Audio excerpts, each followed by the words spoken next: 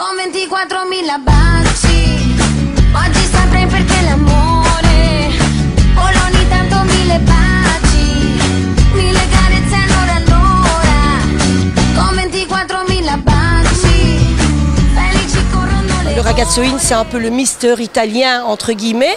Ce n'est pas un concours de top modèle, c'est de mettre à l'honneur le garçon italien dans toute sa splendeur, qu'il soit petit, qu'il soit grand, il est le bienvenu. Et je crée cette dynamique de groupe aussi avec eux. Cette année, c'était très touchant parce que, indépendamment de l'amitié qu'ils m'ont témoigné, ils se sont investis. Il n'y a pas eu une absence, ils étaient ponctuels. C'est donné envie aussi à cette 4e génération de pouvoir avoir aussi une ligne droite parce que chez nous, on apprend à faire un curriculum vitae. Ce sont des jeunes qui ont besoin de s'ouvrir.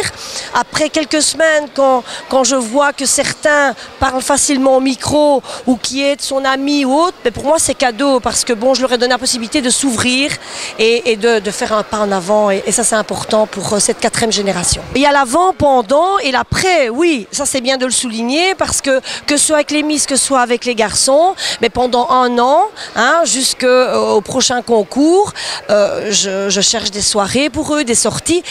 Quand je dis sortie, c'est pas rien que, je veux dire, pour aller s'amuser, c'est aussi représenter sa culture lors d'un showroom, d'une ouverture, quel que soit le produit, pour autant qu'il soit bien accueilli. Donc je vérifie toujours, comme ils disent tous, et elles le disent également au niveau des candidates, je rejoue un peu le rôle de la maman, mais bon, c'est une grosse responsabilité, les parents me font confiance. Donc pendant le concours et après pour le gagnant ou la gagnante, pour les sorties d'après le concours, donc bien sûr il y a des assurances qui rentrent en ligne de compte et il y a bien sûr une attention et une confiance qui se crée entre les parents et mon organisation. Et ça c'est très important. Pour une petite exclusivité qui est en projet mais que j'aimerais bien boucler assez rapidement, ce sont les tables de conversation en italien de tout niveau, hein, suivies d'un repas. Un repas où les personnes qui se sont inscrites pourront également participer à la préparation de ce repas.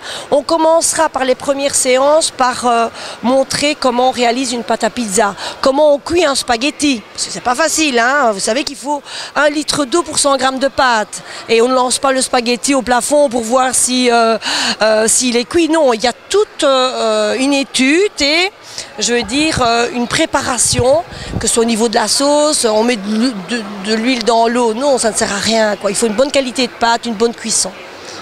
Et donc tout ça, prendre de tiramisu, je veux dire plein de choses de base qui mettent chaque fois chez tout le monde un peu de soleil, de chaleur à table. Voilà.